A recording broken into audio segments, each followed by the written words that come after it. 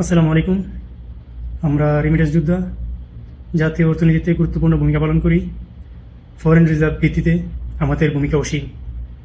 এসব কথা আমরা বক্তার বক্তৃতায়, কবির লেখনীতে দেখতে পাই, কিন্তু বাস্তব জীবনে প্রবাসীদের নিয়ে কেউ চিন্তা করে না। আমরা প্রবাসীরা নানান সমস্যায় জর্জরিত, অবহেলিত, লাঞ্ছিত। আমাদের কথা সংশ্লিষ্ট কর্তৃপক্ষের কাছে পৌঁছায় না। আমাদের কান্না শোনার মতো কেউ নাই।